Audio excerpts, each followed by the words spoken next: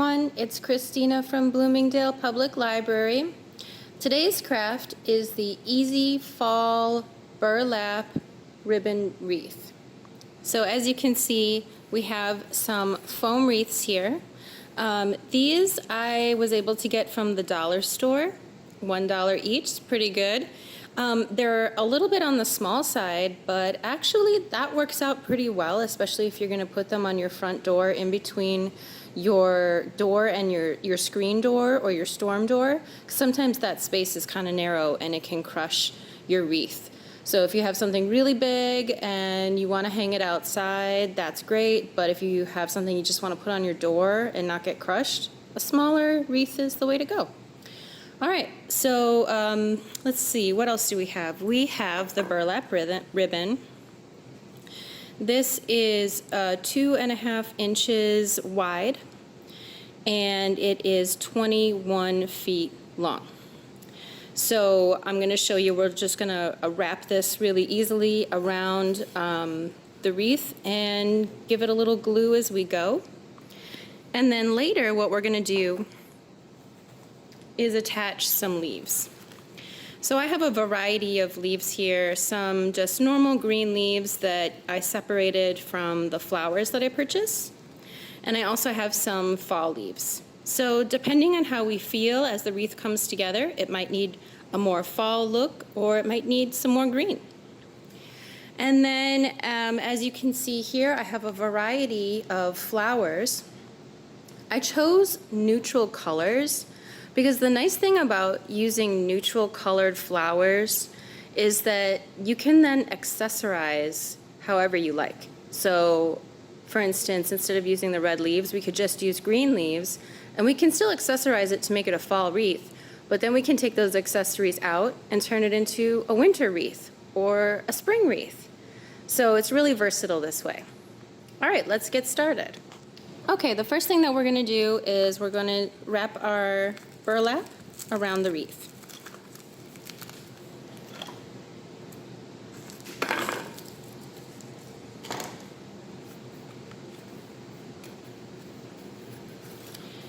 Unravel some from the spool so you have a lot to work with.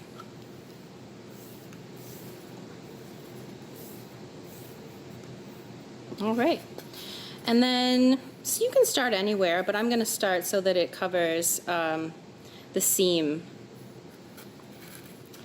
Now, you always want to glue things to the back of the wreath, so decide which is your back and which is your front. I think this is my back. Also, make sure when you're using your glue gun that it's not super hot. The burlap is very holey. It has like a lot of space in between, so when you push down on the glue, you might burn yourself. So just be careful with that. Just need a little bit. We don't need too much. Just enough so that the burlap adheres. And then we can start to wrap. Let's see. I think I cut enough.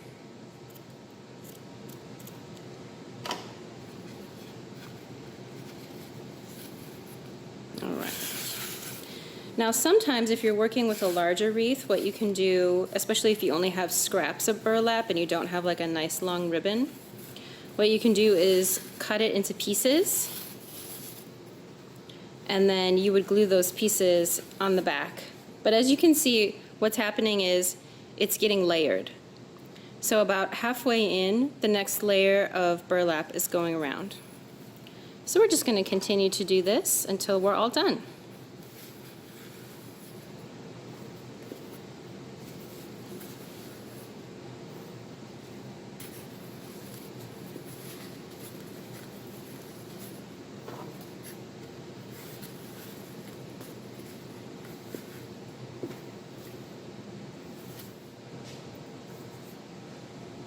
All right, here is our fully wrapped wreath.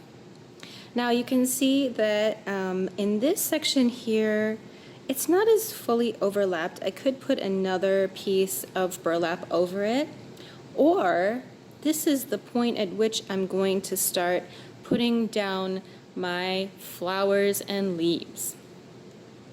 The first thing that you want to do is place your leaves to either side and then start to place your flowers in between them.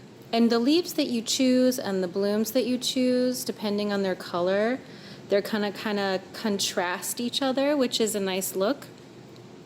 So what I want to do is take some green leaves first.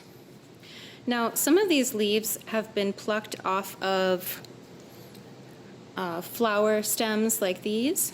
So when you purchase a grouping of flowers at Michael's or the dollar store, they will have leaves that come off. So what you'll do is you'll pull off a flower and you can pull off some leaves.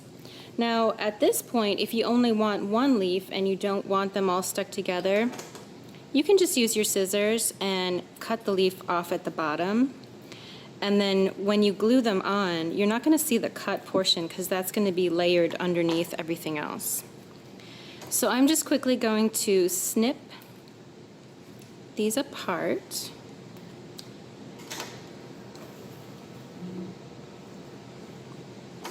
It's nice to have a variety of green leaves, but if you don't have a variety, that's okay. Once they start to layer on top of each other, they look really interesting.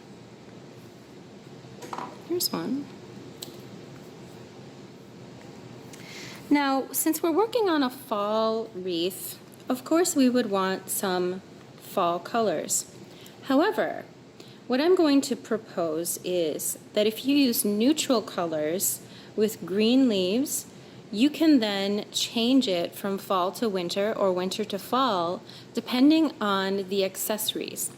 So in this instance, I'm going to say that a red, orange, fall colored leaf is an accessory that we can add later.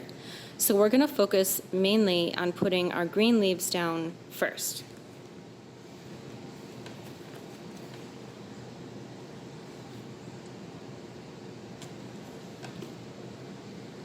Try and place the glue along the stem or the center so that when you place it down, you can kind of spread it out. But then the sides of the leaf are free to be flexible.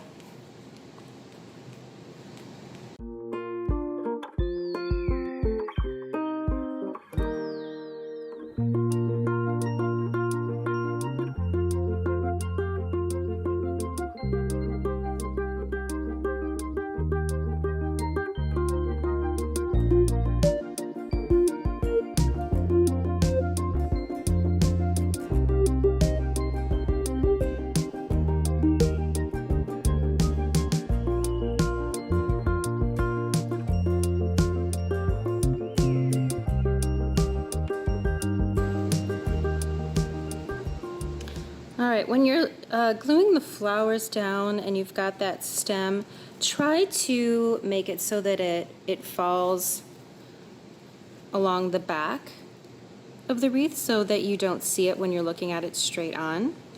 And then that kind of pushes the blooms forward too, because they're laying against the bottom of the wreath and they're being pushed forward instead of it like straight up. You don't want to see the plastic stem.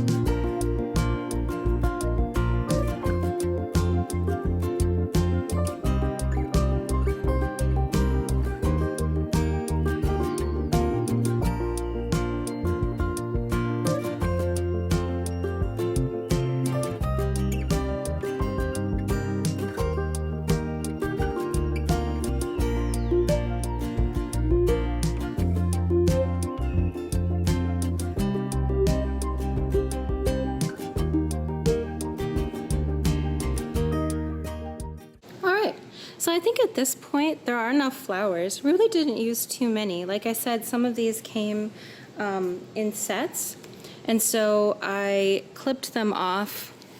Let me show you one entire package. So it's really nice to get flowers from Michael's if you can that come in these giant sets, because then each one of these you can pluck off and treat it as one flower on its own, because they take up about the same space as something larger. It's always a good idea to buy sets of blooms that have at least like 7 or more, because then you got a lot more to work with rather than buying those single stem ones. They're really, really pretty, but they cost a lot of money and you don't get much use out of them.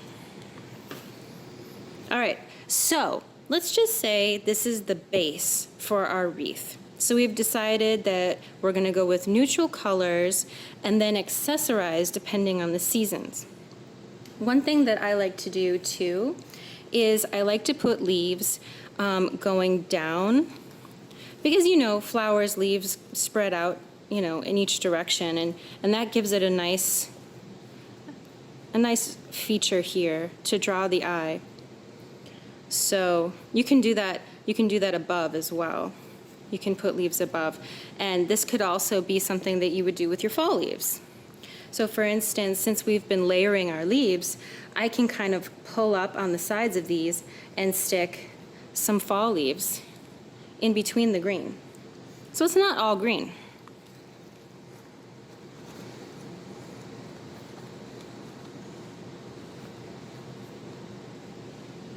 Doesn't that look nice? So I could definitely glue those down if I want to. I could also add some more. So let's say this one's less red, so I'm gonna stick maybe a red leaf over here so that it kind of goes behind the flowers but in front of the green leaf. And then let's take this yellow one and do the same on this side. You see how that changes? It went from a really neutral wreath to something that is fallish. And especially once you start to add accessories. For instance, I got this cute little guy today. He was on sale. Let me take the tag off.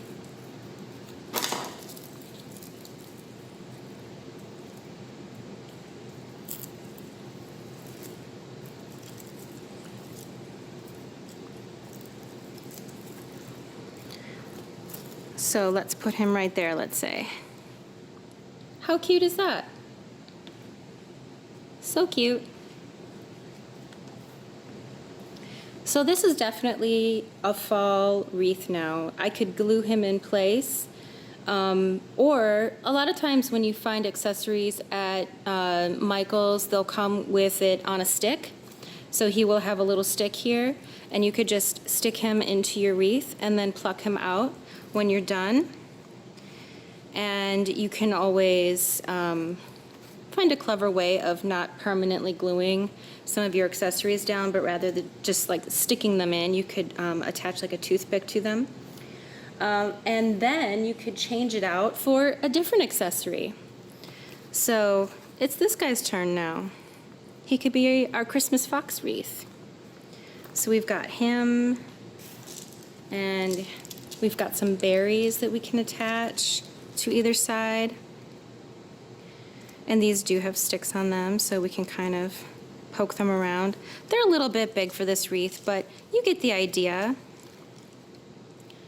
We can definitely make it a Christmas wreath if we wanted to, or a holiday wreath. Or we could turn it into a spring wreath. We can put different colored things around here to accessorize for spring. All right, this is the final finished product. As you can see, the fall leaves are layered in between the green leaves, and it definitely has a fall look with our accessories, but it's really versatile, and you can take out your fall leaves and your fall accessories and replace them with winter or spring. Thanks everyone, bye.